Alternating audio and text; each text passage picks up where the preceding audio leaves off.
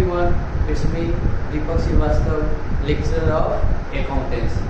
आज हम क्लास 11 को एउटा च्याप्टर यहाँ प्रेजेन्ट गर्न गएको छु जसको नाम के हो एकाउन्टिङ इक्वेसन।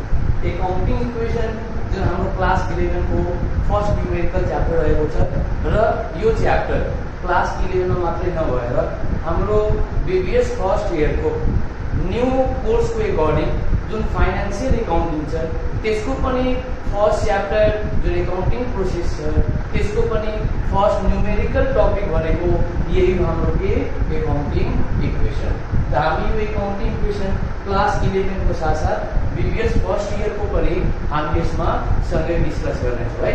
ल यो आज जुन क्लास हामी गर्न गइरहेछौं यो आज यो क्लास गरिसकेपछि एकाउन्टिङ इक्वेसन को जुन क्लास 11 को च्याप्टर छ त्यो एकदम राम्रोसँग क्लियर भइहाल्छ अनि त्यसको साथसाथ हामी प्रिभियस फर्स्ट इयर मा पनि यो एकाउन्टिङ इक्वेसन जुन पढ्ने हो त्यसमा पनि एकदम राम्रोसँग बुझिन्छ।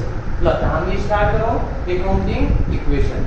एकाउन्टिङ इक्वेसन एक्चुअली हो कि हामीले यसमा के गर्ने हो यो डिस्कस गर्नुभन्दा पहिला यसमा के बेसिक टर्म्सहरु हुन्छ जुन बेसिक टर्म्सहरु हामीले युज गर्नुपर्ने हुन्छ जुन मैले यहाँ हेर्न सक्नुहुन्छ बोर्डमा लेखेको छु। एकैछिन पहिला यो बेसिक टर्म्सहरु बुझिहालौं त्यसपछि म यो बेसिक टर्म्सहरु डिस्कस गरिसकेपछि कहाँ लग्नेछु एकाउन्टिङ इक्वेसन।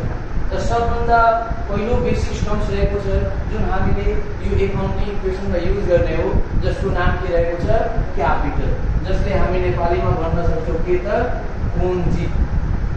पहिलो बेसिक टर्म जुन रहेको छ त्यो हाम्रो के हो क्यापिटल, जसले नेपालीमा हामी के भन्छौं पुँजी।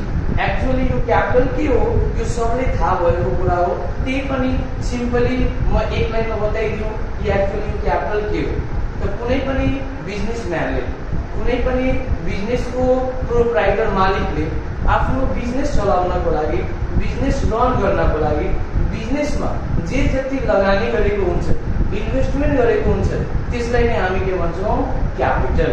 The amount of money invested at the beginning or any period of time by investors is called capital। कुनै पनि बिजनेसम्यानले इन्भेस्टर्सले आफ्नो बिजनेसमा बिजनेस रन गर्नको लागि बिजनेस चलाउनको लागि जे जति लगानी गरेको हुन्छ अब त्यो लगानी बिजनेस स्टार्ट गर्ने बेलामा नै मात्र हुन्छ त्यो जरुरी छैन। कुनै पनि पिरियडमा जब बिजनेसमा इन्भेस्टमेन्ट पैसाको निड हुन्छ भने त्यो ओनरसँग यदि छ भने उले इन्भेस्टमेन्ट गर्न सक्छ। त्यही भएर यो क्यापिटल हामी यसरी एक्सप्लेन गर्न सक्छौं the amount of money invested at the beginning or any period of time by investors is called capital। त सिम्पली यही बुझ्नु कि कुनै पनि बिजनेसम्यानले आफ्नो बिजनेस रन गर्नको लागि जुन इन्भेस्टमेन्ट गरेको हुन्छ बिजनेसमा त्यसलाई नै हामी के भन्छौं क्यापिटल। र यो इन्भेस्टमेन्ट यो क्यापिटल मात्रै क्याशकै फर्ममा हुन्छ भन्ने जरुरी छैन। कुनै पनि बिजनेसम्यानले जब आफ्नो बिजनेस चलाउन खोजेको कुनै बिजनेस रन गर्न खोजेको हो भने त्यसमा उलाई क्याश इन्भेस्टमेन्ट गरेर पनि इफ त्यो बिजनेसमा निड हुने कुनै मटेरियल्सहरु लाइक फर्निचर कम्प्युटर्स रिसोर्सेसहरु कुनै पनि निड छ जुन त्यो बिजनेसम्यानसँग पहिलादेखि नै छ भने त्यो बिजनेसम्यानले त्यसबाट पनि इन्भेस्टमेन्ट गर्न सक्छ। इट मिन्स यो इन्भेस्टमेन्ट जुन ओनरले गरेको आफ्नो बिजनेसमा त्यो क्याशमा मात्रै नभएर अरु कुनै एसेट्सको फर्ममा पनि इन्भेस्टमेन्ट गर्न सक्छ। लाइक उसँग ल्यान्ड एन्ड बिल्डिङ छ भने बिजनेस त्यसमा स्टार्ट गर्न सक्छ, फर्निचर छ भने फर्निचर पनि आफ्नो बिजनेसमा इन्भेस्ट गर्न सक्छ, राइट। के भन्छ कुनै कम्प्युटर छ त्यो पनि बिजनेसमा इन्भेस्टमेन्ट गर्न सक्छ। त सिम्पली हामीले क्यापिटलको मिनिङ बुझ्यौ भने के हो त कि कुनै पनि बिजनेसम्यानले आफ्नो बिजनेसमा जे जति लगानी गरेको हुन्छ त्यो लगानी गरेको एमाउन्ट त्यो लगानी गरेको रिसोर्सेसलाई नै हामी के भन्छौं क्यापिटल। ओके, नेक्स्ट अर्को बेसिक टर्म्स रहेको छ जसको नाम के हो लायबिलिटीज। त हामी पहिला एक्जाम्पलको लागि यो बुझौं कि यो बिजनेसम्यानले आफ्नो एउटा बिजनेस गर्नको लागि 20 लाख रुपैयाँ जति इन्भेस्टमेन्ट गर्यो। ल म एउटा एक्जाम्पल राखिदिए कि एउटा बिजनेसम्यानले आफ्नो बिजनेस स्टार्ट गर्ने बेलामा इन्भेस्टमेन्ट कति गर्यो 20 लाख। अब नेक्स्ट हामी बेसिक टर्म्समा आउँ जसको नाम के हो लायबिलिटीज। एक्चुअली यो लायबिलिटीज के हो त लायबिलिटीज नर्मली हामीले बुझ्ने हो भने यसले हामी उधारो भन्न सक्छौं। के हो त उधारो। र यसलाई नेपालीमा हामी भन्न सक्छौं दायित्वहरू भनिन्छ। जस्तै उधारो इन सेन्स जस्तै ओनरले 20 लाख रुपैयाँ इन्भेस्टमेन्ट गरेर आफ्नो बिजनेस स्टार्ट गरिसक्यो। अब बिजनेस स्टार्ट गर्दै जाँदा फेरि बिजनेसमा क्याशको निर्भर, फेरि बिजनेसलाई एक्सपान्सन गर्नको लागि पैसा चाहियो, जुन पैसा ओनरसँग एभाइलेबल छैन। त ओनरले यो केसमा के गर्छ, आउटसाइडरबाट लोन लिन्छ, आउटसाइडरबाट उधारोमा सामान पर्चेज गर्ने गरेको हुन्छ, राइट। त त्यसले नै हामी के भन्छौँ, लायबिलिटिज। अब हामी आउटसाइडरबाट लोन लियौँ, आउटसाइडरबाट उधारोमा गुड्स पर्चेज गर्यौँ, त त्यसको सट्टा हामीले फ्युचरमा त्यसको पेमेन्ट त गर्नु पर्यो। त यो हाम्रो के हो त, दायित्व हो, जसलाई हामीले इङ्ग्लिसमा के भन्छौँ, लायबिलिटी। नर्मली यही बुझौँ कि हाम्रो फ्यामिलीले पनि, हाम्रो प्यारेन्ट्सले पनि हामीले के भन्छ कि बाबु तिम्रो यो रिस्पोन्सिबिलिटी हो कि तिमीले यो काम गर्नुपर्छ। त रिस्पोन्सिबिलिटी नै यहाँ एकाउन्टिङ ल्याङ्ग्वेजमा के भनेको, दायित्वहरू।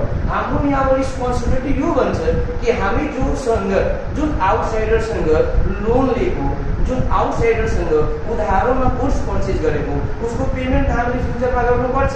त यो हाम्रो लागि एउटा रिस्पोन्सिबिलिटी नै हो, जुन एकाउन्टिङ ल्याङ्ग्वेजमा यहाँ नाम के दिएको हो, द लायबिलिटिज। द लायबिलिटिजको नर्मल मिनिङ यही बुझ्ने, the amount of money or goods or services payable to outsiders by an organization is called liability. Payable मैले भनेको है, राइट। पेबल र पेडमा के डिफरेन्स हो, पेड भनेको हामी तिरिसक्यौँ, तर पेबल भनेको तिर्न बाँकी छ।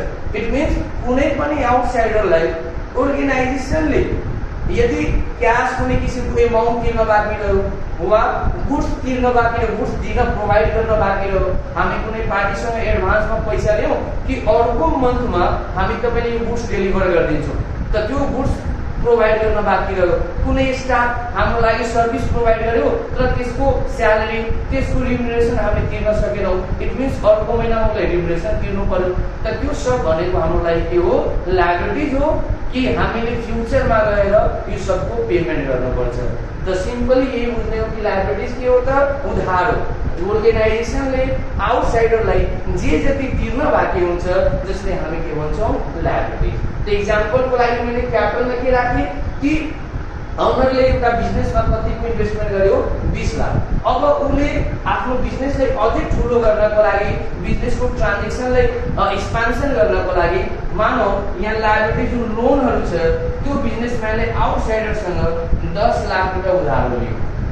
20 लाख रुपियाँ उसले आफ्नो इन्भेस्टमेन्ट गर्यो अनि 10 लाख रुपियाँ उधारोमा लोनहरू मिलेर आउटसाइडरबाट 10 लाख रुपियाँ लियो। इट मिन्स उसले आफ्नो बिजनेसमा टोटल इन्भेस्टमेन्ट कति गर्यो त, 20 र 10 कति, 30 लाख रुपियाँ। ध्यान दिने, 20 लाख रुपियाँबाट उसले आफ्नो पैसा इन्भेस्टमेन्ट गरेर बिजनेस स्टार्ट गर्यो। फेरि जब बिजनेसमा क्याशको, जब बिजनेसलाई एक्सपान्सन गर्नको लागि, बिजनेसको ट्रान्जेक्सनलाई एक्सपान्सन गर्नको लागि पैसाको निड भयो भने त्यो बेला फेरि बिजनेसम्यानले के गर्यो, आउटसाइडरबाट लोनहरू, उधारोहरू कतिको लियो त, 10 लाख रुपियाँको। नेक्स्ट अर्को बेसिक टर्म छ जुन के हो त, एसेट्स है। म एकैछिन यो पहिला एक्सप्लेन गरिदिउँ कि एक्चुअली यो लायबिलिटीमा मैले के इन्फर्मेसन राखेको छु। त पहिला राखेको छु लोन, जुन सबले बुझेको कि लोन के हो त, हामी ब्याङ्कबाट, रिलेटिभ्सबाट, कुनै फ्रेन्ड्सबाट आफ्नो बिजनेसमा इन्भेस्टमेन्ट गर्नको लागि उसँग साथी लिएको हो कि हामी तपाईँले यो पेमेन्ट फ्युचरमा गरिदिन्छौँ, जसलाई हामी के भन्छौँ, लोन। क्रेडिटर्स एकाउन्ट पेबल के हो त, कुनै पार्टीसँग उधारोमा गुड्स हामी किनेको छौँ, उधारोमा गुड्स पर्चेज गरेको हो, त हामी गुड्स उसँग उधारोमा पर्चेज गरेको भने उसको पेमेन्ट हामीले फ्युचरमा गर्नुपर्छ, जुन हाम्रो लागि लायबिलिटिज हो। त अब त्यसको नाम हामीले आफ्नो बुक्समा रेकर्ड गर्नु पर्यो कि यो हाम्रो लागि लायबिलिटिज हो, यसको पेमेन्ट फ्युचरमा गर्नुपर्छ, जुन नाम हामी के लेख्ने गरेको हुन्छौँ, क्रेडिटर्स र एकाउन्ट पेबल। त नर्मली यही बुझ्नु कि जुन पार्टीसँग उधारोमा सामान पर्चेज गरेको हो त्यो पार्टीलाई नै हामी के भन्छौँ, क्रेडिटर्स र एकाउन्ट पेबल। त्यस्तै अर्को लेखेको छु के त, एडभान्स इन्कम। एडभान्स इन्कमको मतलब के हो कि हामी कुनै पार्टीसँग, राइट, कुनै अर्गनाइजेसनसँग हामी इन्कम रिसिभ गर्यौँ तर त्यसको सट्टा हामी न त गुड्स प्रोभाइड गरेको छौँ न त सर्भिस प्रोभाइड गरेको छौँ। इट मिन्स बिना गुड्स र सर्भिस प्रोभाइड गरिकन हामी कुनै किसिमको क्यास रिसिभ गर्यौँ त त्यसले हामी के भन्छौँ, एडभान्स इन्कम। अनि सपोज इक्जाम्पल एउटा राखौँ कुनै पार्टीले हामीले 2 लाख रुपैयाँ एडभान्स दियो कि तपाई अर्को मन्थमा हामीलाई गुड्स डेलिभर गरिदिनु होला, त हामी क्यास त 2 लाख सँग रिसिभ गर्यौं, तर एक्चुअली यो गुड्स हामीले अर्को मन्थमा डेलिभर गर्नु छ। त यो हाम्रो लागि के हो त लायबिलिटी हो कि जुन पार्टीसँग क्यास हामीले रिसिभ गरेको छौं, जे को लागि रिसिभ गरेको त्यो हामीले फ्युचरमा उहाँको पेमेन्ट गर्नु पर्यो, गुड्सहरु प्रोभाइड गर्नु पर्यो, त्यही भएर यो हाम्रो लागि के हो त लायबिलिटी हो। अर्को लेखेको छु जसको नाम के हो आउटस्ट्यान्डिङ एक्सपेन्सेस। आउटस्ट्यान्डिङ एक्सपेन्सेस को एक्चुअल मिनिङ के हो तिर्नु पर्ने खर्चहरु। कुनै स्टाफले हामीले सर्भिस प्रोभाइड गर्यो, हामी इलेक्ट्रिसिटी युज गर्यौं, राइट, कुनै पनि एक्सपेन्सेस हामी गर्यौं तर त्यसको पेमेन्ट अहिले गर्न सकेको छैनौं किनभने हामीसँग क्यास अवेलेबल छैन, त अहिले गर्न सकेनौं तर फ्युचरमा त गर्नु पर्यो नि। जुन स्टाफले जुन इम्प्लोइले हामीले सर्भिस प्रोभाइड गरेको हो, हाम्रो राइट हाम्रो रिस्पोन्सिबिलिटी हो कि हामीले उहाँको रिम्युनरेसन पेमेन्ट गर्नु पर्यो। हुन सक्छ कि अहिले क्यास नभएर हामी 2 दिन 4 दिन ढिलो पेमेन्ट गर्यौं, अहिले पेमेन्ट गर्न सकेनौं तर पेमेन्ट त गर्नुपर्छ, त त्यसले हामी के भन्छौं आउटस्ट्यान्डिङ एक्सपेन्सेस। सर्भिस लियो तर त्यसको पेमेन्ट गर्न सकेको छैन, त सर्भिस लिए बापत जुन रिम्युनरेसन फ्युचरमा तिर्न बाँकी हुन्छ त्यसले हामी के भन्छौं लायबिलिटी। त यहाँ जति पनि यहाँ लायबिलिटीमा मैले इन्फर्मेसन लेखेको यो सब त्यस्तो इन्फर्मेसन हो जुन बढी भन्दा बढी एकाउन्टिङ इक्वेसनमा युज गर्ने गरिन्छ, त्यस्तो लायबिलिटीहरु म यहाँ बोर्डमा प्रेजेन्ट गरेको छु। ठीक, अब नेक्स्ट अर्को बेसिक टर्म्स के रहेको छ एसेट। यसले हामी नेपालीमा के भन्छौं सम्पत्तिहरु। यसलाई नेपालीमा के भन्छ सम्पत्तिहरु। सबलाई थाहा छ एक्चुअली सम्पत्ति के हो, राइट, तर नर्मली सिम्पल ल्याङ्ग्वेजमा बताइदिउँ कि एक्चुअली एसेट्स के हो त कुनै पनि बिजनेसलाई रन गर्नको लागि, कुनै पनि बिजनेस चलाउनको लागि जुन इकोनोमिक रिसोर्सेसहरु चाहिन्छ बिजनेसमा त्यसले नै हामी के भन्छौं एसेट्स। कुनै पनि बिजनेसलाई रन गर्नको लागि, बिजनेसलाई चलाउनको लागि जुन बिजनेसमा इकोनोमिक रिसोर्सेस चाहिन्छ, लाइक बिजनेस चलाउनु छ ल्यान्ड एन्ड बिल्डिङ चाहियो हैन, बिजनेस चलाउनु छ कम्तीमा एटलिस्ट पैसा चाहिन्छ अनि मात्र हामी ट्रान्जेक्सनहरु गर्न सक्छौं, क्याश ब्यालेन्स चाहिन्छ, राइट। बैंकबाट यदि ट्रान्जेक्सन गरेको अब हामी बिरगंजबाट कुनै ट्रान्जेक्सन गरिरहेछौं तर हामी ट्रान्जेक्सन पोखराको केटीएम काठमाडौँको पार्टीसँग गइरहेछौं भने डाइरेक्ट हामी कन्ट्याक्ट त गर्न सक्दैनौं, त हामीले यदि कुनै बाहिरको पार्टीले पेमेन्ट गर्नु पर्यो, बाहिरको पार्टीसँग रिसिभ गर्नु पर्यो, त त्यसको लागि हामीले ब्याङ्कसँग ट्रान्जेक्सन गर्नु पर्यो। मिन्स क्याश ब्यालेन्स जस्ता इकोनोमिक रिसोर्सेस चाहिन्छ, बैंक ब्यालेन्स इकोनोमिक रिसोर्सेस चाहिन्छ। स्टक भन्नाले हाम्रो बिजनेसमा भएका गुड्सहरु जस्तै हाम्रो बिजनेस मार्करको, हाम्रो फ्याक्ट्री मार्करको छ, त यो मार्कर भनेको हाम्रो लागि स्टक हो, हाम्रो लागि गुड्स हो, त त्यसले हामी के भन्छौं स्टक। यसको ट्रान्जेक्सन के हुन्छ त्यसले हामी पर्चेज गर्छौं, अरु पार्टीलाई कन्ज्युमरलाई सोल्ड गर्छौं, त यो हाम्रो लागि के हो एसेट्स हो। त यो यसको नाम यहाँ के दिएको हो स्टक। अर्को इकोनोमिक रिसोर्सेस मैले के बताएको छु यहाँ प्रिपेड एक्सपेन्सेस। जस्ट यो एसेट्स अर्को के हो prepaid expenses. Prepaid expenses actually के हो त जस्तै मैले यहाँ बताएको थिए लायबिलिटीजमा याद गर्नुस् एडभान्स इन्कममा कि हामी कुनै पनि पार्टीसँग गुड्स र सर्भिस दिनु भन्दा पहिला नै क्यास रिसिभ गर्यौं त हाम्रो लागि लायबिलिटी हो कि हामीले फ्युचरमा गएर उहाँको लागि गुड्स अनि सर्भिस प्रोभाइड गर्नु पर्यो। ठीक त्यसको अपोजिट यहाँ प्रिपेड एक्सपेन्समा आइरहेको छ कि प्रिपेड एक्सपेन्सेस एक्चुअली कस्तो एसेट्स हो कि हामी कुनै पनि एक्सपेन्सेस गुड्स लिनुभन्दा अगाडि त्यसको पेमेन्ट गरिसक्यौं। जस्तै कुनै स्टाफ छ, हाम्रो कुनै इम्प्लोइ छ, त्यो इम्प्लोइ आएर हामीले के भन्यो कि सर मेरो फ्यामिलीमा एकदमै पैसाको नीड छ, मलाई 1 मन्थको स्यालेरी एडभान्स दिदिनु, त हामीले त्यो केसमा त्यो इम्प्लोइलाई त नो भन्न मिल्दैन। यदि हाम्रो रेगुलर इम्प्लोइ हो भने हामीले त उहाँको नीडको अकर्डिङ त उहाँको कुरा त बुझ्नु पर्यो, त त्यसको लागि हामी उहाँलाई के गर्यौं 1 मन्थको स्यालेरी एडभान्समा दियौं। एक्चुअली जुन एडभान्समा स्यालेरी दियौं त्यसको लागि उनीहरूले सर्भिस प्रोभाइड गरेको छ त छैन। इट मिन्स सर्भिस वा कुनै पनि गुड्स लिनुभन्दा पहिला त्यसको लागि क्यास पेमेन्ट गरिसक्यौं भने त्यसले हामी के भन्छौं प्रिपेड एक्सपेन्सेस जुन हाम्रो लागि एसेट्स हो।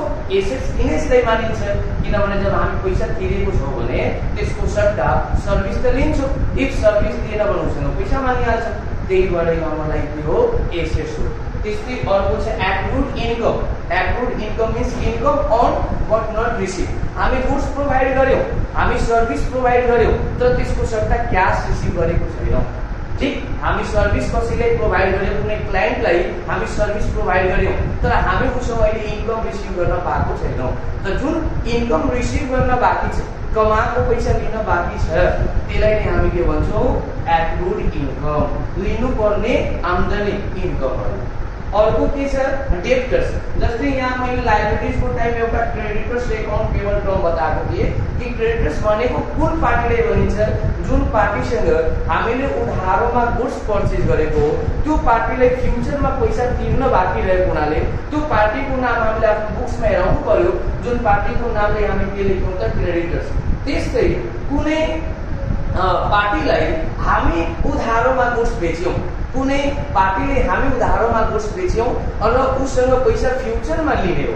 त त्यसको नाममा हामीले आफ्नो बुक्समा जुन बाँकी हेराउँछौं त्यो पार्टीले नै हामी के भन्छौं debtors debtors means account receivable यो डेब्टर्स जुन टर्म हो ठीक क्रेडिटरको अपोजिट हो क्रेडिटर भनेको हामी जससँग पर्चेज गरेको त्यो भनेको हाम्रो लागि क्रेडिटर हो जसको पेमेन्ट हामीले फ्युचरमा गर्नुपर्छ त्यो हाम्रो लागि लायबिलिटीज भयो तर यो डेब्टर जुन छ डेब्टर भनेको हामीले जसलाई गुड्स सोल्ड गरेको छौं उधारोमा त्यो पार्टीसँग क्याश रिसिभ गर्न बाँकी भयो फ्युचरमा त त्यो पार्टीको नाम जुन हामी आफ्नो बुक्समा रेकर्ड गर्छौं त्यो नाम के दिने हो त डेब्टर्स अर्को लेखाएको छ के फिक्स्ड एसेट्स फिक्स्ड एसेट्स भन्नाले कस्तो एसेट्स कस्तो इकोनोमिक रिसोर्सेस जुन हामी एकचोटी पर्चेज गर्छौं जुन हामी आफ्नो बिजनेसमा एकचोटी एक्वायर गर्छौं तर त्यसको युज एउटा एकाउन्टिङ पिरियडमा नभएर लङ टर्मसम्म हामी युज गर्ने गर्छौं जस्तै लाइक हामी कुनै ल्यान्ड एन्ड बिल्डिङ पर्चेज गर्यौं बिजनेसको लागि मेसिनरी पर्चेज गर्यौं प्रोडक्सनको लागि राइट कम्प्युटर पर्चेज गर्यौं अफिस युजको लागि के